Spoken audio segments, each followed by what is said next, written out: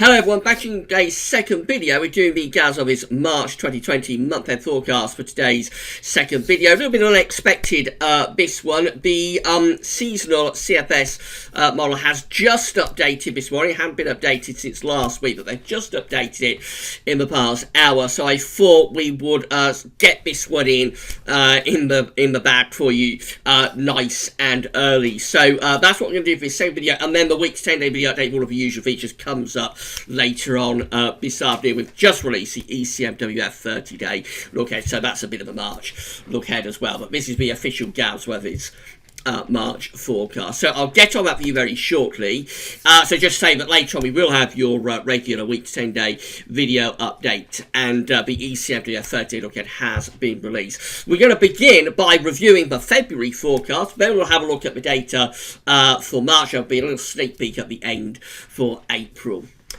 So this is how temperature anomalies came out for February 2020, set against the 81 to 2010 average. So we forecast above average temperatures for this February. We said it would be another very mild month, with anomalies around 1 to 2 degrees above average. Actually, we see most parts of the UK did, in fact, have a very mild February. Up across Scotland, the deviation isn't that great. So just a little bit above average. Average just a little bit above for many central and eastern northern parts of Scotland. But southern, southwestern Scotland is around half a degree to 1 degree above average, as is Northern Ireland. I mean, coming further south across the rest of England and Wales, then it gets milder. So quite widely across England and Wales, we're around 1 to 2 degrees above average. This far southeastern corner is actually over 2 degrees above average for February. This is set against 81 to 2010 average. Of course, if we was to look at 61 to 1990, the deviation is much greater there. But of course, we use 81 to 2010 as our average base now, when we can anyway. Yes, I think the temperature side of forecast went well. Another very mild month. We anticipated that's what would be the case, and that is indeed how things panned out for February. 2020 was an exceptionally mild February. Very wet. Now, for precipitation, we forecast that southern and eastern areas will probably have still have regular rainfall, but it won't be as wet there. We did anticipate a very wet month for northern and western parts of the country. What actually happened is that we just came out with an extraordinarily wet month, with virtually the whole of the country having 200% or more of their average rainfall. We do see one or two very limited areas, such as the far east of Scotland, that's nearer normal for rainfall, and for parts of East Anglia as well. We're still above average, but we're kind of 125% of average. However, those are the exceptions. You see, most parts of the country are in those deep blue colours, indicating it was an exceptionally wet February. It was in fact the wettest February on record, beating the previous record from 1919. And, of course, that's the reason why we had such terrible floods during February, because not only was it a very wet month in its own right, it was a continuation of pretty wet conditions that had set up basically since the end of September. So, I think broadly the forecast went okay. It was milder and wetter than average. We anticipated that. We anticipated an Atlantic-driven month. We said there was a chance it might turn a bit colder, but we didn't anticipate it because the jet stream and polar vortex was just too strong to allow northern blocking. That's what happened. We kept that strong polar vortex going throughout the month. So I think overall it's a pretty decent forecast. We probably underestimated the severe extent of precipitation and rainfall a little bit. I think everybody did that. I don't think anybody was expecting such an extraordinarily wet month as we came away. I always say that with these long-range forecasts, be they monthly or seasonal, what we're aiming for is to pick up on the trends. The trends of the month or the trends of the season. But when we get very extreme weather, be it temperature or precipitation or maybe snow and severe cold, when we get real extremes of weather, I think most of the time it's virtually impossible to be able to pick up on those extremes of weather.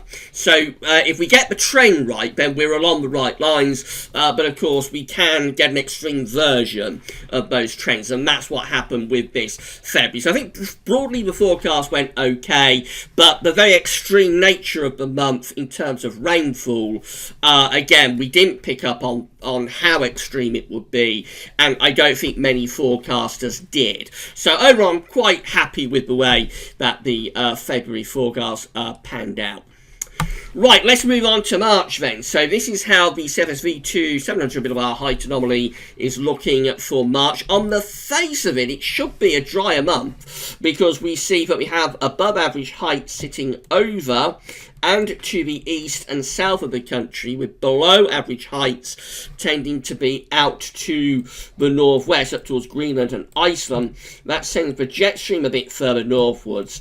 So on the surface, on the face of it, we should have a drier month for March. I mean, it's still a very strong polar vortex that we've got there, so we will still have influences from the jet stream, we will still have influences from low pressure bringing bouts of rain.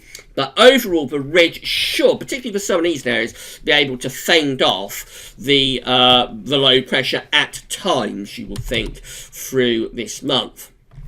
Also, CFS is forecasting above average temperature, so another very mild month coming up if CFS V2 is right, with proper old southwesterly winds blowing and just significantly above average temperatures, not just for the UK, but through most parts of Europe. The anomaly it's coming up with for the UK is around 1 to 2 degrees above average, but further north and east across Europe, we're actually being forecast to be over 2 degrees above average, so very substantially milder than average March being forecast by the CFS.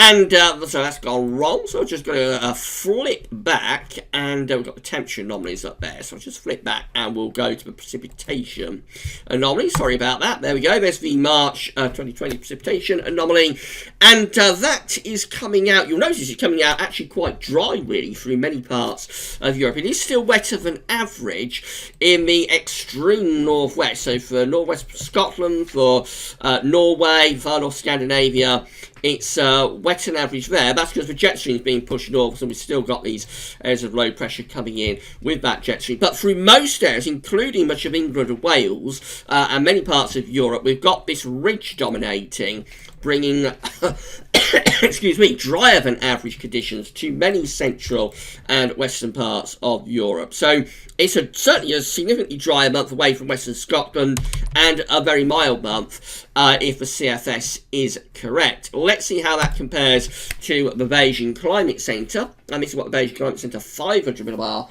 height anomaly is looking like for March. Quite similar, but with one crucial difference, which is that the above average height, so the high pressure, is kind of to the west-northwest.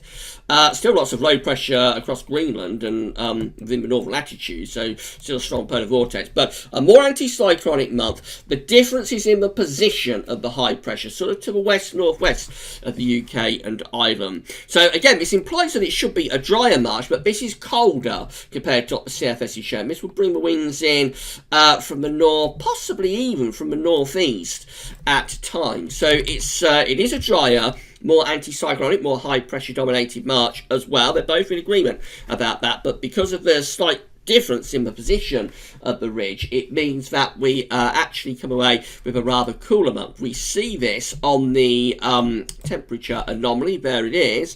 So yes, we have the temperature anomaly of the Beijing Climate Centre coming out average to possibly a little bit below average. On the scale, we're in those pale blue colours, which take us down to sort of half a degree or so below average. So it is going for the coolest month that we've had for quite a long while, because we've had a run of very mild months for quite a while now.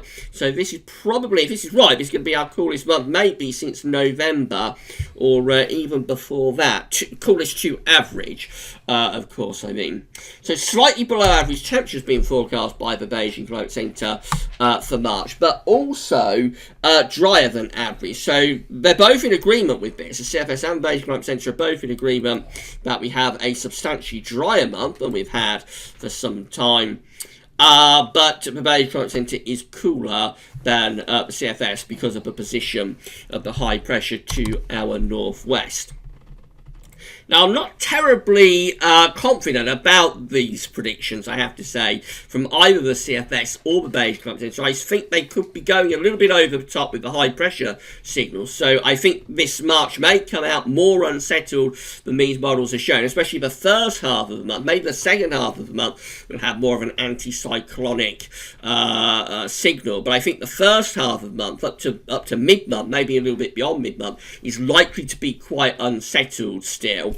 Probably not as wet as we've had, particularly through February, but I still think precipitation by the middle of March could be a bit above average. And then we may go a little bit drier later on in the month. So overall, I would say, rather than being a very dry March, as these two models are indicating, I would say that actually we probably come out close to average for precipitation, maybe even for the north and west, anyway, a little bit above still. And that's primarily down to the first half of the month. Hopefully things do get a bit drier later on. But it's not an immediate process to go into this high pressure. It could take some time to get into the high pressure. So yes, I think average precipitation, that's deviating from what models are showing. I think they're going a little bit too over top with the drier than average signal. And temperature-wise, I suspect maybe around average again, possibly even a little bit below. It could be on either side, though. So it could be a little bit below, could be a little bit above. Don't think it'll be a particularly big deviation either way, but certainly a cooler month to average than we have had for quite some time. I think frost will probably be more prominent this month than it's been at any point through this dreadfully wet but also exceptionally mild winter. So we may get quite a few night frost, grass frost, that sort of thing. That will keep the temperature overall, so the temperature pegged back.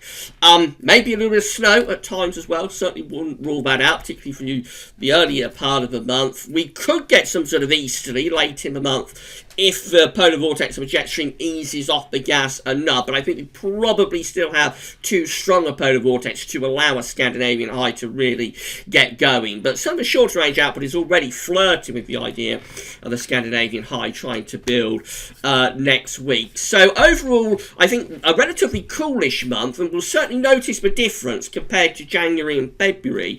I think there will be a different feel about this March. Again, not going too over the top with the cold and average. I don't think it'll be a very common. It's not going to be a March 2013 with deep snow and blizzards and freezing cold weather lasting right to the end of the month. It's not going to be that sort of feel, but I think we will have a different feel, a cooler feel for this month compared to January and February, as the warmth just sort of drains away out of the atmosphere that we've had over the past couple of months. So a rather coolish, sort of unsettled type month, but not as wet as we've had. Average precipitation, probably a little bit drier later, and just a bit of a struggle, if you like, to get spring going properly. I think it could be a bit of a struggle to get this spring going. Of course, some would argue that we've been in spring-like conditions all the way through the winter, but now we're into official meteorological spring. Could be a little bit of a struggle, really, to get that spring feel going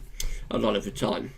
Finally, a very quick sneak peek at April, and again, on the face of it, April looks a very nice month from the CFSV2, going for above average heights with a 700 millibar high dominating over and just to the east of the country. Below average heights still there up to the northwest, still the polar vortex goes on, jet stream push northwards. So that's another relatively dry anticyclonic and potentially very mild spring-like April being forecast from the CFSV2. I don't think we'll worry too much about that at this stage. So coming back to the GalService.com March 2020 forecast, we're going for a rather coolish sort of month. Not desperately cold, but I think it will be a cooler feel than we've had for a while. Expect a fair few night frosts this month, some white grass on and off through the month. Overall temperature probably quite close to average, could be a little bit below, could be a little bit above, probably not a big deviation either way. Precipitation also probably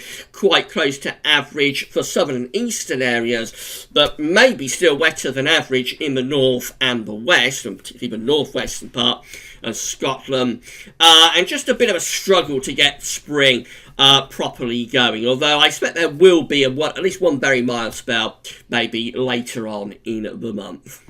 Right, that's it for the March 2020 forecast, so that's out of the way now, and we'll be back later on with your week's end of year update, including all of regular features. Come back for that then.